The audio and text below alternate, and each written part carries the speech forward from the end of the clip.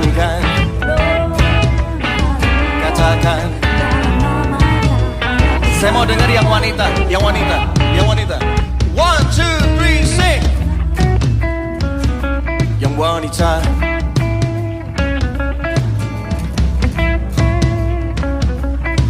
Asik.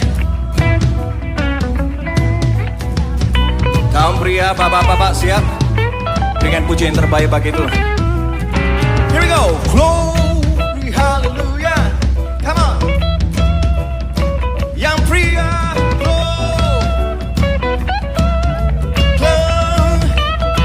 di dalam namanya. Yang ketiga yang masih bernafas, yang masih punya nafas, yuk puji Tuhan bareng-bareng. Glory, hallelujah. Yang masih bernafas, pujilah Tuhan. Come on. Hallelujah. Di dalam namanya. Pelan dikit, pelan dikit. 1, 2, 3 lagi. Glory, hallelujah. Asik.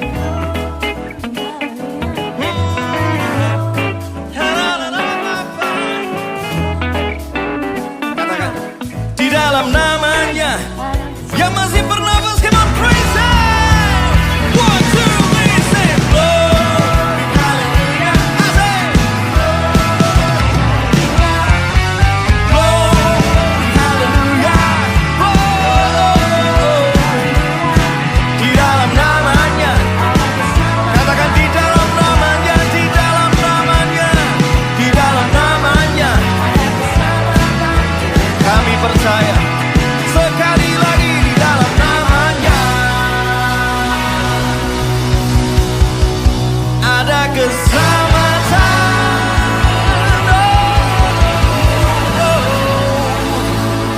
Kekal.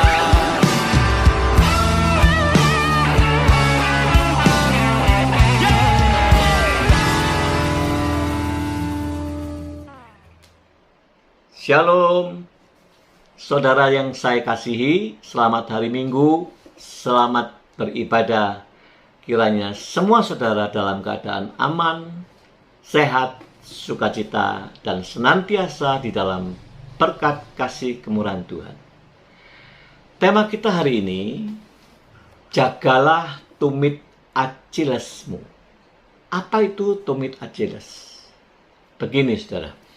Di dalam mitologi Yunani, ada seorang prajurit yang bernama Achilles. Prajurit ini dikatakan setengah dewa Yunani. Sebab apa? Sebab dia memiliki tubuh yang kebal terhadap senjata.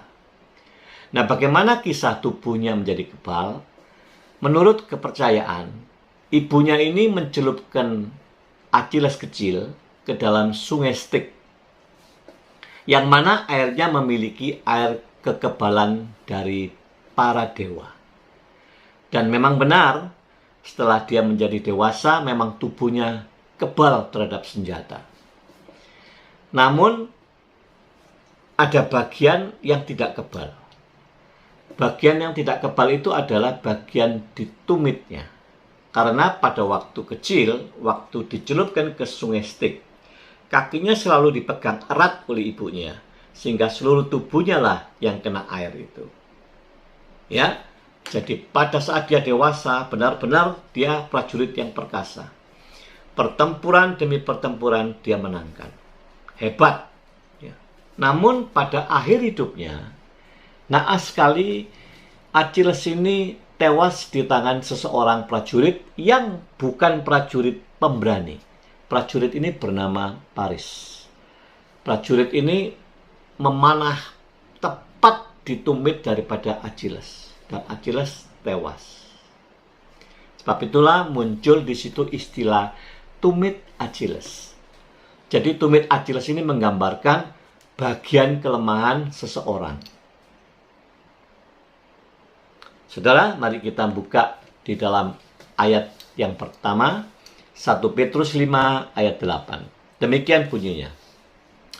Sadarlah dan berjaga-jagalah, lawanmu si iblis berjalan keliling sama seperti singa yang mengaum-ngaum dan mencari orang yang dapat ditelannya. kata pertama, sadarlah dan berjaga-jagalah. Artinya, jangan meremehkan. Sebab iblis mencari orang yang dapat ditelannya. Tadi saya berpikir, ada orang-orang yang sulit ditelan, atau yang nggak bisa ditelan, tapi ada yang bisa ditelannya. Siapa orang yang dapat ditelan? Adalah orang yang meremehkan iblis. Saya sampaikan ini bukan berarti kita ketakutan dengan iblis, atau bukan berarti kita meninggi-ninggikan iblis, bukan. Tetapi ini membuat kewaspadaan, kehati-hatian kita. Ya, kita perlu tahu hal-hal tentang dia. Ya. Tumit Achilles ini sekali lagi mengingatkan supaya kita semua tidak meremehkan atas kelemahan kita masing-masing. Ya, masing-masing orang itu punya kelemahan. Nah, biasanya dalam hal apa kita ini meremehkan? Sebagian orang kita punya kebiasaan meremehkan tentang rohani, ya. Misalnya meremehkan perkara doa, meremehkan perkara ibadah, meremehkan dalam hal membaca firman Tuhan. Dan banyak lagi kita meremehkan perkara-perkara lain. Misalnya orang yang memiliki kelemahan-kelemahan seks, suka berzina, kelemahan tentang uang, sering korupsi atau boros, tidak bijaksana terhadap uang, kelemahan tentang jabatan kekuasaan, sehingga kalau sudah bersinggungan dengan kekuasaan, maka segala cara akan dia halalkan. Lalu ada kelemahan lain, yaitu judi, mabuk, penggosip, atau suka pamer, dan banyak hal yang lain, yang semuanya ini bersifat negatif. Jadi fokus pembicaraan kita ini adalah kata meremehkan. Meremehkan adalah kata yang sangat berbahaya. Kenapa? Karena dengan meremehkan, seseorang akan menurunkan tingkat kewaspadaannya. Orang yang meremehkan akan muncul kecerobohan demi kecerobohan, kelengahan demi kelengahan. Dan ini semua akan menghancurkan kehidupan orang tersebut. Nah, pertanyaan berikutnya, meremehkan ini disebabkan oleh apa? Biasanya antara lain, kondisi-kondisi apa yang membuat orang meremehkan? Antara lain karena merasa superior. Seseorang yang merasa paling kaya, merasa paling pandai, merasa paling berkuasa, merasa dia mencapai puncak kejayaan yang luar biasa. Ya, ini akan membawa meremehkan orang lain. Atau dalam kondisi seseorang yang terlalu berat berdiam di zona nyaman, maka orang ini tidak terasa, dia akan merasa tidak membutuhkan orang lain. Dengan kata lain, ini ya menyebabkan munculnya kesombongan. Jadi akar kesombongan. Ya. Nah, kalau dikembalikan dari kesombongan, orang akan meremehkan. Karena meremehkan, kewaspadaan turun, banyak lengah, banyak ceroboh. Kehancuran menanti dia. Nanti kita lihat ada ayat-ayat yang memang mengingatkan kita tentang kesombongan. Ya, hati-hati perkara ini. Saudara masih ingat kisah Nokia? Handphone tahun itu yang menguasai pasar seluruh dunia. Ya. Tapi tiba-tiba Nokia itu bangkrut. Kenapa? Ada 3 perkara utama. Yang pertama dikatakan memang Nokia kalah teknologi dengan Apple. Yang kedua karena arogansi daripada pemimpin-pemimpin di atas. Yang ketiga karena lemahnya visi. Tapi yang saya mau singgung adalah yang nomor 2, yaitu arogansi. Karena dia merasa kuat, menguasai seluruh dunia. Nah, ini superior ya. Maka timbullah meremehkan. Karena meremehkan dia lengah. Dia tidak ada memperbaiki diri. Kewaspadaannya menjadi lemah. Sehingga apa? Dia dipukul hancur oleh Apple sehingga dia hilang namanya. Hilang. Kisah yang kedua, saudara ingat seorang petinju yang luar biasa namanya Mike Tyson. Mike Tyson pada waktu itu dia sudah 37 kali menang tanpa kalah. Jadi 37-0, ya, tidak pernah kalah. Dan hanya satu kali di dalam 37 kali pertandingan itu, hanya satu kali yang mencapai ronde 7 ronde. Yang lainnya semua di bawah. Nah, pada saat yang ke-38, dia diberhadapkan dengan seorang petinju yang tidak dijagokan sama sekali. Namanya Jim Buster Douglas. Ya, tidak masuk hitungan ini orang. Sehingga apa yang terjadi? Mike Tyson meremehkan. Dia tidak punya kesiapan yang baik. Bahkan dia sehari sebelum pertandingan pun, dia pesta seks. Ya. Dia hobi terus pesta dengan segala hawa nafsunya. Tanpa persiapan yang matang. Persis pada hari H pertandingan, Mike Tyson tumbang di tangan Douglas. Kekalahan dia yang pertama. Nah, itulah saudara gambaran umum ini. Sesuatu yang meremehkan itu berbahaya sekali. Ya. Ada bahaya di depan bagi setiap orang yang suka meremehkan. Nah, sebab itu yang harus kita sadar, waspada dan berjaga-jaga adalah kondisi-kondisi tadi itu. Merasa superior atau berada terlalu lama, terlalu berat di zona nyaman. Kalau itu tidak disadari, tidak berjaga-jaga, sangat mungkin orang itu akan meremehkan. Nah, saudara, kita bicara tentang si iblis bukan berarti takut. Ya, memang kematian Tuhan Yesus sudah mengalahkan dia. Tapi rupanya si iblis ini tidak berhenti sampai di situ. Dia masih merongrong anak-anaknya.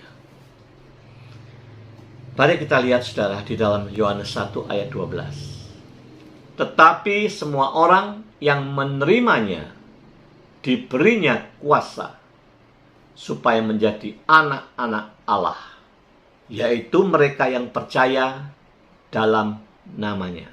Jadi semua orang yang menerima Yesus diberikan dia kuasa. Kuasa di sini hak untuk menjadi anak-anak Allah, yaitu mereka yang percaya di dalam nama Yesus. Jadi sebetulnya saudara dan saya itu sudah diberi hak sebagai anak. Tapi yang tergantung kembali, bagaimana kita ini memakai hak itu. Bagaimana kita menggunakan kuasa itu. Seperti seorang pemimpin kepala daerah yang diberikan hak, diberikan kuasa untuk mengatur wilayahnya. Bagaimana selanjutnya tergantung dia.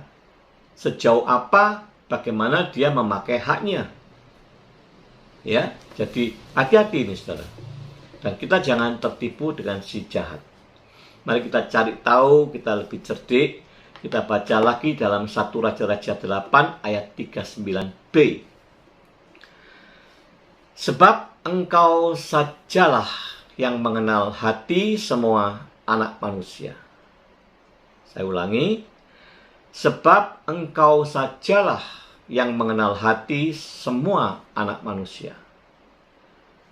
Jadi yang tahu hati manusia itu hanya Tuhan.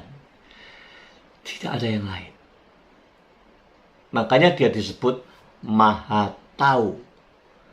Si jahat iblis tidak maha tahu. Ya. Tapi jangan berarti karena dia tidak maha tahu, kita menjadi meremehkan. Hati-hati. Tapi dengan kita tahu bahwa hanya Tuhan yang mengerti dan tahu isi hati orang, hanya Tuhan yang tahu masa depan, maka saudara dan saya jangan sampai tertipu. Tertipu oleh apa?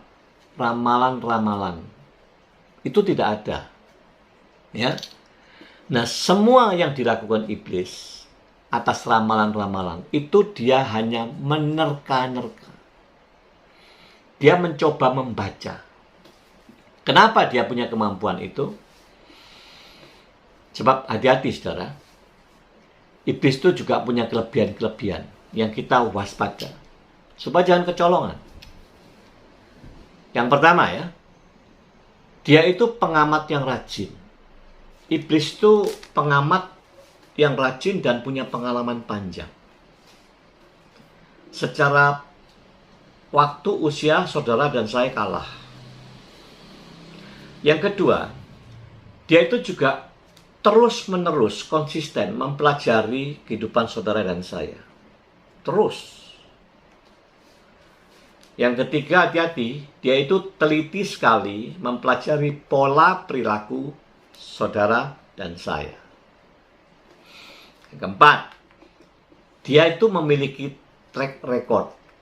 Jadi dia itu punya rekaman-rekaman. Ya. Track record ada di tangan dia. Dia punya jejak digital tentang kita. Dia punya database yang cukup lengkap tentang keberadaan saudara dan saya. Nah, lalu kapan dia itu lakukan serangan? Dia menunggu waktu atau saat yang tepat untuk menjatuhkan saudara dan saya. Nah, saat tepat itu yang bagaimana? Saat yang tepat itu adalah pada saat saudara meremehkan. Meremehkan dengan cara yang paling umum ini adalah membuka celah. Membuka celah itu tidak perlu celah yang lebar sekarang. Celah sedikit saja dia masuk. Kalau celah itu dibuka lebar, maka iblis berbondong-bondong menyerang saudara, tinggal di dalam hati saudara, menguasai kehidupan saudara. Oleh sebab itulah, hanya dengan celah yang kecil, iblis itu tidak mau melewatkan kesempatan itu. Ya, berhati-hatilah saudara tentang memberi celah ini. Lalu bagaimana sih cara kita ini tetap waspada? Kita baca ada 3 ayat firman Tuhan. Yang pertama kita lihat dalam Kolose 4 ayat 2b. Bertekunlah dalam doa, dan dalam pada itu berjaga-jagalah sambil mengucap syukur. Berikutnya Matius 26 ayat 41. Berjaga-jagalah dan berdoalah, supaya kamu jangan jatuh dalam pencobaan. Roh memang penurut, tapi daging lemah. 1 ayat lagi, Efesus 6 ayat 18. Dalam segala doa dan permohonan, berdoalah setiap waktu dalam roh, dan berjaga-jagalah di dalam doamu dengan permohonan yang tak putus-putusnya untuk segala orang kudus. Perhatikan 2 kata yang selalu bergandengan, berpasangan, saudara. Berjaga-jaga selalu berpasangan dengan doa. Berjaga-jaga selalu dalam doa. Terus begini. Jadi, cara berjaga-jaganya orang percaya, orang Kristen, orang beriman Yesus, itu adalah dengan doa yang kuat. Padahal doa inilah banyak yang diremehkan oleh anak-anak Tuhan. Betul tak? Ya, doa itu disepelekan. Maka banyak sekali anak-anak Tuhan itu bukannya kuat tapi lemah. Ya. Saudara, jadi langkah nyatanya apa yang kita harus hidupi? 1. Milikilah kehidupan doa yang sehat. Jangan pernah meremehkan.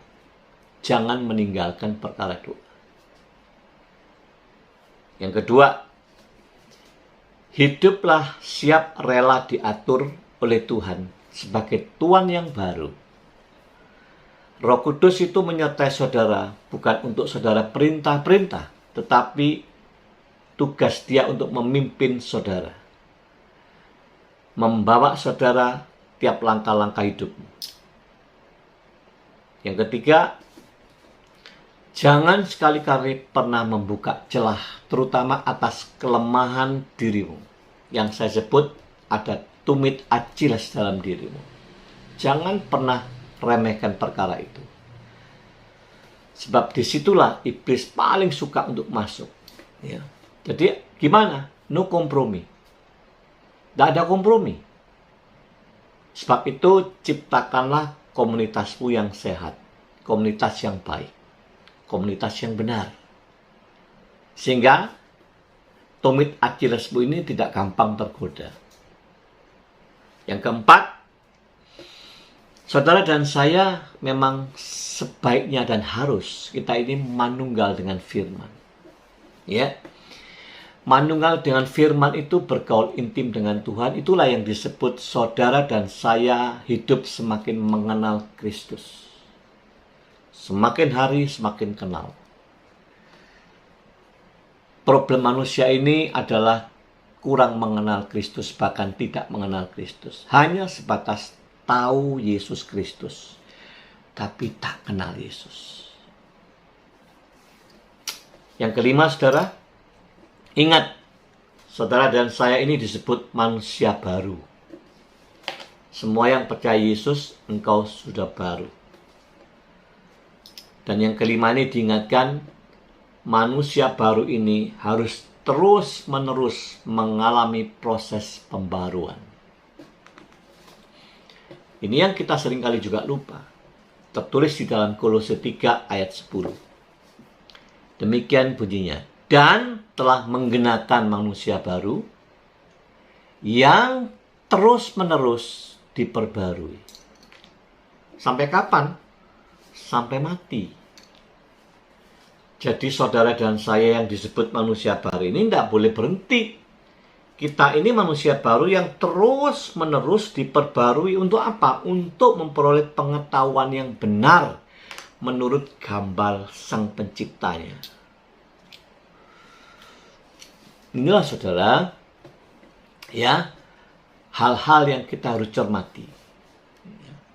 Bagaimana supaya saudara dan saya itu tetap berjaga-jaga. Jangan sekali-kali memberi kesempatan iblis.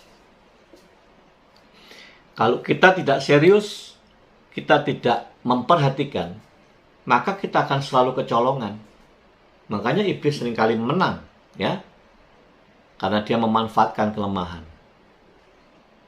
Jadi jagalah tumit Achillesmu masing-masing dengan segala kewaspadaan.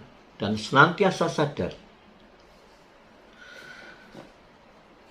Saudara, sebagai ayat penutup, saya baca Yakobus 4 ayat 7. Karena itu, tunduklah kepada Allah. Dan lawanlah iblis, maka ia akan lari daripadamu. Jadi untuk membuat iblis lari, saudara dan saya harus melawan. Cara melawannya apa? Tunduklah kepada Allah. Dan orang yang tunduk kepada Allah itu tidak pernah meremehkan si jahat. Orang yang tunduk kepada Allah, orang yang selalu sadar mengenal Kristus dan selalu hidup berjaga-jaga. Orang yang tunduk kepada Allah adalah orang yang memiliki kehidupan doa yang sehat. Sebab di mana orang Kristen itu berjaga-jaga, itu selalu dimanifestasikan dalam praktek doa. Justru doa inilah yang menjadi kelemahan kebanyakan orang percaya di muka bumi ini. Ya, sangat menyedihkan. Dan pesan terakhir, Amsal 13 ayat 13. Siapa meremehkan firman, ia akan menanggung akibatnya. Tetapi siapa yang taat kepada perintah akan menerima balasannya. Sebab itu saudara, jangan kau remehkan tentang firman Tuhan. Jangan remehkan doa. Jagalah titik lemahmu. Jangan lengah, jangan memberi kesempatan. Amin. Kita berdoa. Bapa, di dalam nama Yesus Kristus Tuhan, Allahku yang hidup berdaulat atas setiap kami. Terima kasih Tuhan, sebuah pencerahan bagi kami. Biarlah firman ini selalu menjadi makanan rohani kami, yang menguatkan manusia roh kami. Terima kasih Bapa. Kami tahu setiap kami ini memang memiliki kelemahan-kelemahan. Tapi biarlah kami belajar untuk tidak meremehkan kelemahan itu. Kami mengerti iblis sudah ditaklukkan. Tapi iblis di zaman ini pun masih terus bergerilya. Dia mencari orang-orang yang bisa ditelan. Kami sadar sekarang siapa yang bisa ditelan adalah orang yang meremehkan. Yaitu orang yang tidak sadar dan tidak berjaga-jaga. Tuhan Yesus, terima kasih. Biarlah kiranya setiap kami anak-anak-Mu ini, hari demi hari, kami ini hidup dengan segala kewaspadaan, dengan kesadaran yang tinggi, hidup berjaga-jaga, dan hari demi hari kami semakin mengenal Kristus. Terima kasih Bapa, inilah kami mengucap syukur bahwa Roh Kudus sudah membukakan semua ini buat kami. Sehingga kami juga boleh berdiri sebagai laskar Kristus yang kuat menghadapi tantangan zaman ini. Haleluya. Amin. Demikian saudara firman Tuhan, dan kita akan berjumpa minggu depan, tentu dengan tema yang berbeda. God bless you.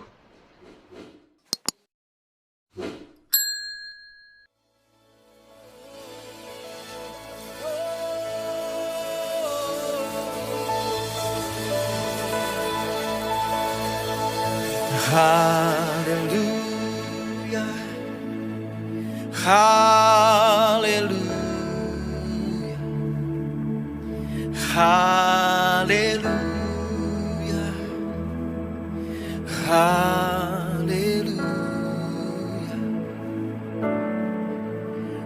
haleluya, haleluya.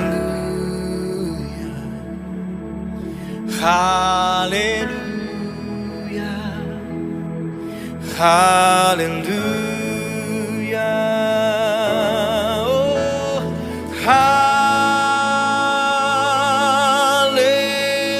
haleluya, oh, haleluya,